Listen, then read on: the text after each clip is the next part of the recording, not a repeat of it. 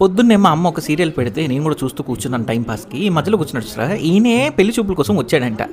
ఈ అమ్మాయిని ఎన్ని క్వశ్చన్లు అడిగినా ఏం మాట్లాడకపోతే నాకు ఎలా తెలుస్తుంది అసలు అమ్మాయి గురించి ఏంటి, నేను విన్నది కరెక్టేనా అని చెప్పి ఏదో ఒక క్వశ్చన్ అడిగితే అప్పుడు ఈ పక్కన నిల్చున్నాడు చూసారా, ఈ స్పెక్స్ పెట్టుకొని, ఈయన కాదు ఈయన ఈయన ఈ అమ్మాయి గురించి చెప్పడం మొదలెట్టాడు అనమాట. ఇక మామూలుగా కాదు, ఇంకా వర్ణించుకుంటూ పోతూనే ఉన్నాడు. ఇంకా చంద్రుడు కుందేలు ఏదో ఇక చెప్పుకుంటూ పోయాడు అనమాట కాసేపు.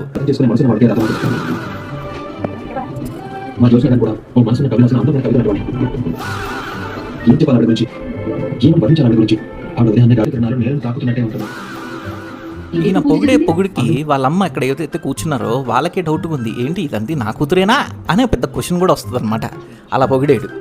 ఇంతకీ అక్కడ పెళ్లి కొడుకుకి కావాల్సిన ఆన్సర్ ఏంటంటే, భయ్యా మీ ఇద్దరి మధ్యలో ఏమని ఉంటే ఆయన సైడ్కి తప్పుకుందామని, ఎందుకు కొండ మీయించో లేకపోతే డ్రమ్ములోనో మిగిలిపోవడం కంటే మీరు ఏదో ఒకటి చెప్పేస్తే ఇక్కడి నుంచి వెళ్ళిపోతా అని. అది ఆయనకు కావాల్సిన ఆన్సర్.